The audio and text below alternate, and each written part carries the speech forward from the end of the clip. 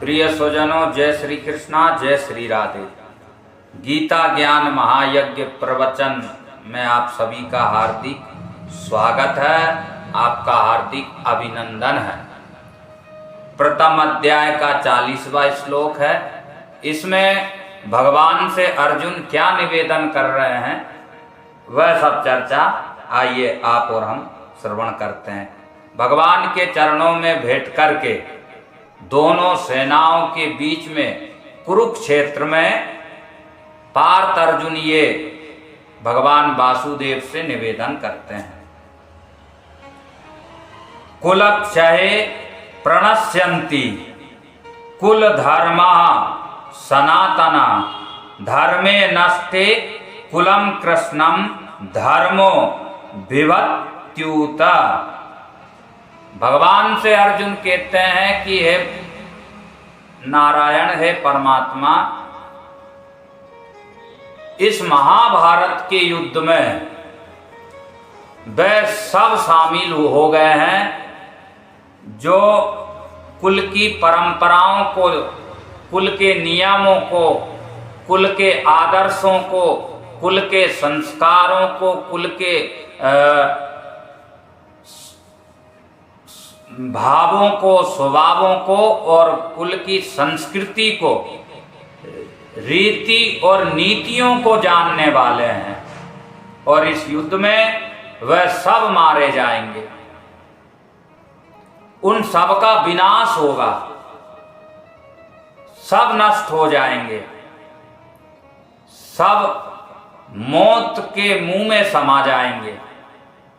और जब ऐसा हो जाएगा, परिवार में कोई बड़ा बुजुर्ग वृद्ध ही नहीं रहेगा, तो जो आगामी पीढ़ी है वह कुपंथ को जाएगी, कुसंस्कारों को ग्रहण करेगी, व्यसन में और फैशन में चली जाएगी।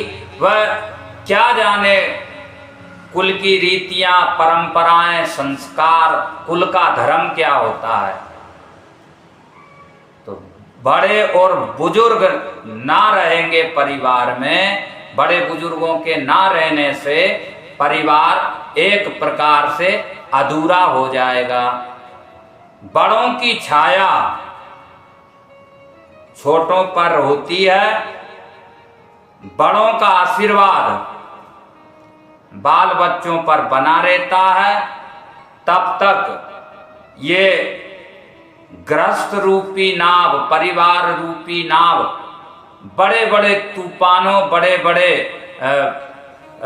कष्ट और संकटों का सामना करते हुए निर्विघ्नता पूर्वक, विश्वास पूर्वक आगे बढ़ती जाती है।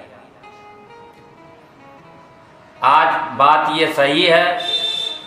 आज लेकिन कुछ लोग अपने घर के बड़े बुजुर्गों को भार समझने लगे हैं। कुछ लोग अपने घर के वृद्धों को बोझ समझने लगे हैं। कुछ परिवार, कुछ संतानें ऐसी हो गई कुयोगवश, दुर्भाग्यवश कि अपने माता पिता को दुख और कष्ट देते रहते हैं, घर के बड़ों को सताते और रुलाते, परेशान करते रहते हैं। ऐसा नहीं होना चाहिए, ये महापाप है।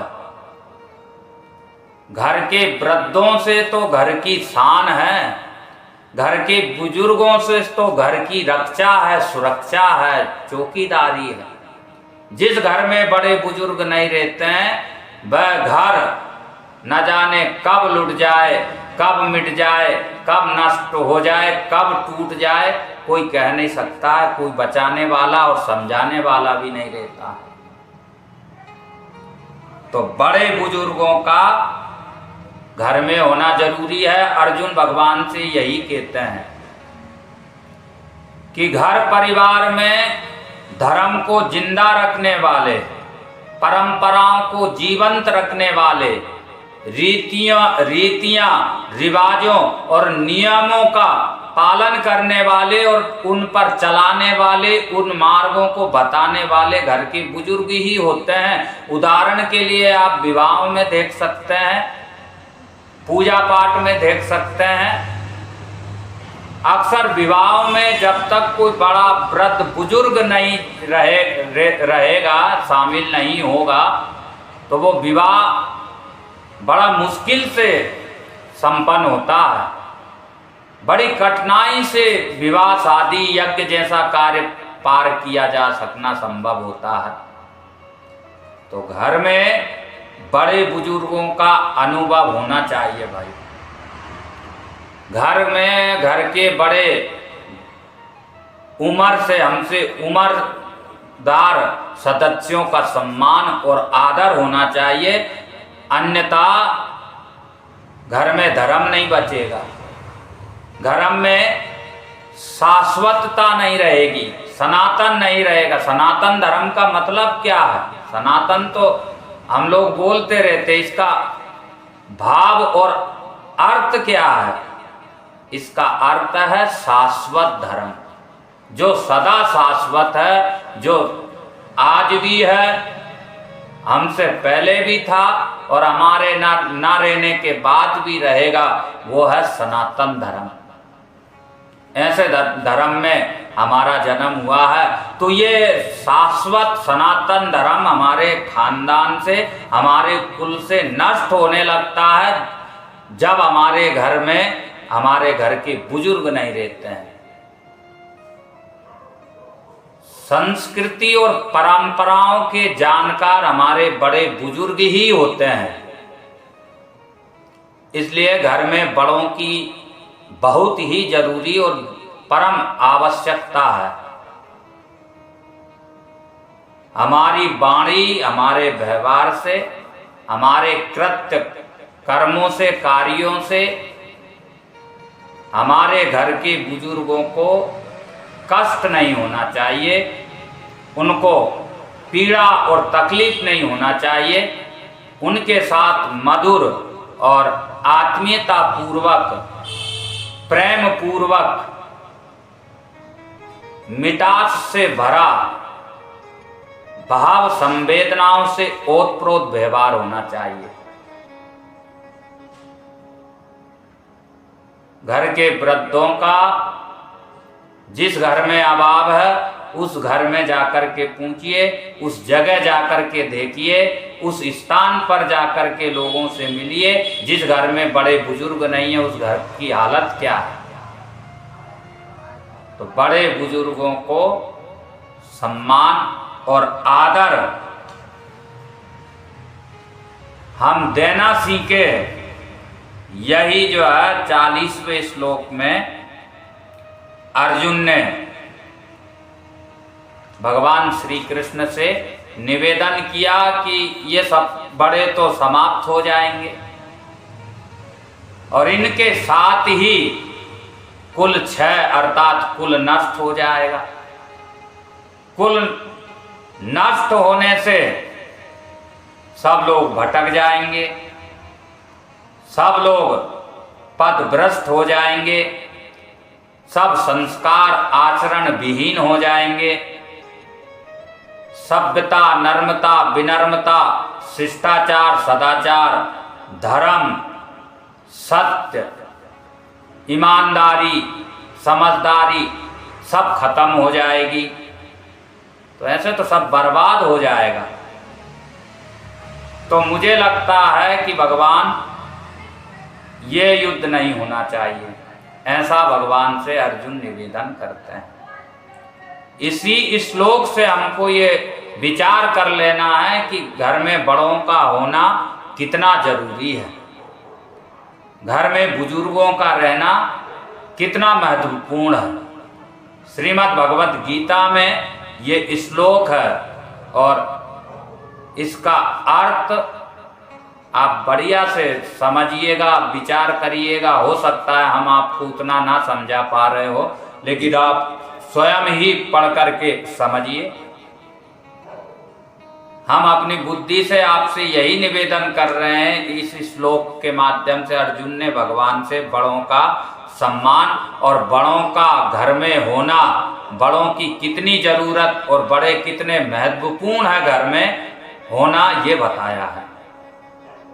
बड़ों का अनुभव हमारे जीवन के साथ रहे और हमारी जवानी, हमारी युवावस्था, हमारी कर्मठता बड़े बुजुर्गों के अनुभव से जुड़ जाए तो हमारा विकास होने से, हमारी प्रगति, उन्नति होने से कोई नहीं रोक सकता है। वो घर संपन्न एक ना एक दिन हो ही जाएगा।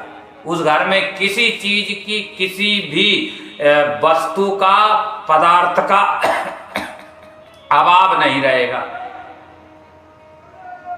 बड़े बड़े महत्वपूर्ण है। ये बात और है कि बड़े बुजुर्ग लोग चुप रहते हैं, बोलते नहीं हैं।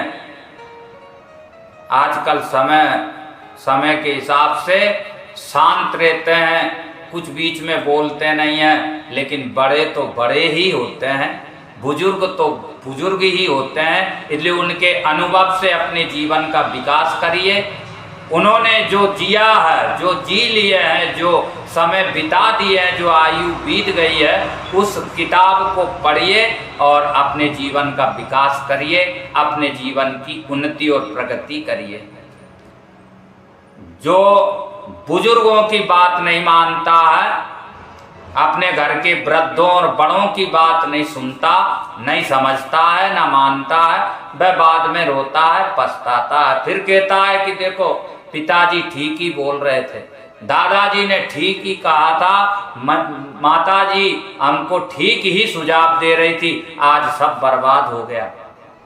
फिर बाद में पछताते हैं। तो बड़ों की आज्ञा का अनुसरण करना सीखे, बड़ों की आज्ञा का पालन करना सीखिए। बड़े जो बोल रहे हैं उस रास्ते पर, उस मार्ग पर चल के तो देखिए। यदि आपको घाटा लगता है, कोई नुकसान होता है, कोई परेशानी, कोई संकट आता है तो छोड़ दीजिए। मत बात मानिए, मत उनके बताए रास्ते पर, मत उनके बताए मार्ग पर चलिए। बिल्कुल नहीं चलना है जब आपको घाटा और नुकसान लगने लगे तो। पर बड़े लोग जो बोलते हैं उनकी आज्ञा का, उस बताए रास्ते पर चलकर तो देखिए भाई, जीवन बन जाएगा, जीवन सुधर जाएगा, जीवन संवर जाएगा, जीवन चमक जाएगा। करके देखिए। माता पिता की जय बोलने से नहीं होगा। आजकल पूजा पाठ में माता पिता की जय हो, तो सत्यनारायण भगवान की जय हो, तो सत्य सनातन धर्म की जय हो, गुरु महाराज की जय हो, ये सब बोलने से नहीं होगा, इससे काम नहीं चलेगा। अपने माता पिता, गुरु और सनातन धर्म की बातों को मानिए, उनके विचारों को मानिए, उनके संदेशों को मानिए। वो क्या चाह रहे हैं आपसे, क्या अपेक्षा और उम्मीद रख रहे हैं, उन उम्मीदों और उन अपेक्षाओं पर खरे उतरिए, नियम और धर्मों का पालन करिए। और जहां धर्म का पालन होता है वहां विजय होती है, वहां सफलता, उन्नति और प्रगति तथा विकास होता है। तो बड़े बुजुर्ग सनातन धर्म की रक्षा करते आए हैं, सनातन धर्म की रक्षा करते हैं। सनातन धर्म को शाश्वत धर्म की परंपराओं, अपनी संस्कृति, अपनी सभ्यता, अपने संस्कारों से हमें जोड़ते हैं। और जो संतान, जो घर का सदस्य बड़े बुजुर्ग और वृद्धों की बात नहीं सुनते हैं, नहीं उन बड़ों की बात नहीं मानते हैं, वह बाद में पछताते हैं। क्योंकि जाना सबका निश्चित है। एक दिन आज माता पिता चले गए, कल आप चले जाएंगे और परसों आपकी संतानें चली जाएंगी। मतलब एक ना एक दिन सब धीरे धीरे सब चले जाएंगे, काल के गाल में समा जाएंगे। पर धर्म लेकर के जिएंगे तो धर्म साथ जाएगा, पुण्य लेकर के चलेंगे तो पुण्य साथ जाएगा आपके, शुभ विचार और शुभ मार्ग पर चलेंगे तो शुभता आपके साथ जाएगी, और गलत मार्ग को चुनेंगे, गलत मार्ग पर चलेंगे तो आपके साथ गलत ही पाप और दुराचार, अत्याचार और कुकर्म ही साथ जाएंगे, और वो किसी जन्म में साथ नहीं छोड़ते हैं। भोगना तो पड़ेगा प्यारे, इस जन्म में नहीं तो उस जन्म में। जैसा कर्म कर लिए हैं वो तो आपको ही उसका फल तो चखना ही पड़ेगा।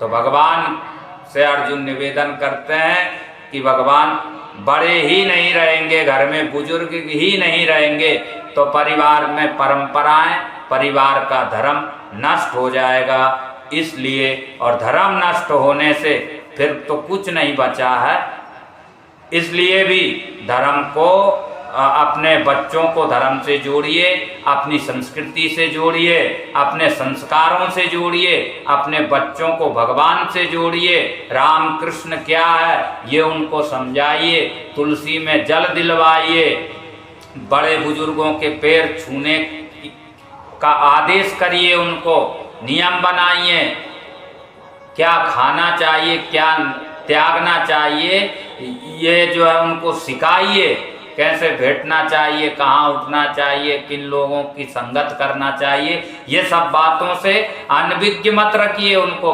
परिचित कराइए।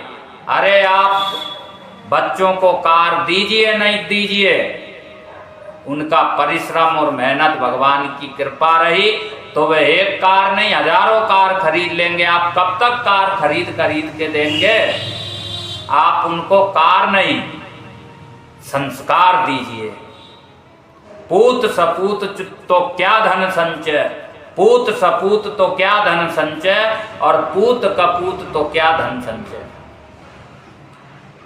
धनी धन आप देंगे, संस्कार नहीं दिए तो सब धन को 2-3 दिन में नष्ट कर देगा आपके वर्षों की कमाई आपका बेटा। और संस्कार दे दिए, संपत्ति ना भी दिए आप तो वह संपत्ति कमा लेगा, आप चिंता मत करिए। सबसे बड़ी संपत्ति बच्चों को अपनी संस्कृति, अपना संस्कार दीजिए। यही तो रोना, अर्जुन रो रहे थे क्योंकि इसमें भीष्म पितामह वयोवृद्ध थे, द्रोणाचार्य थे, कृपाचार्य थे, न जाने कितने बलवान थे, कितने जानकार थे, धर्म के जानकार थे, नीति के जानकार थे, सदाचार और संस्कृति के जानकार थे, परंपराओं के जानकार थे, नियमों के जानकार थे। और इस युद्ध में सब आकर लड़ने मरने के लिए, मरने मिटने के लिए खड़े हो गए। बोलिए, तो ये युद्ध टल जाए, ये युद्ध ना हो, ये भगवान से अर्जुन निवेदन करते हैं 40वें श्लोक में। लड़ाई तो कभी करना नहीं चाहिए।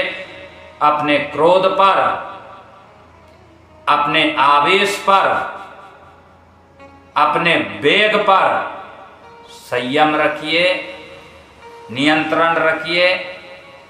छोटी छोटी बातों में लड़ाई झगड़ा करना अर्थात एक बड़े संकट को निमंत्रण देना है।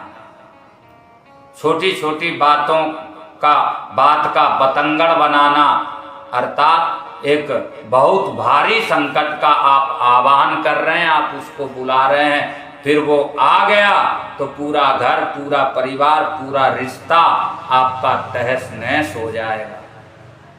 आज सहनशीलता समाप्त हो गई लोगों के मन और मस्तिष्क से। सहनशीलता नहीं है, गंभीरता नहीं है, पैसेंस नहीं बचा।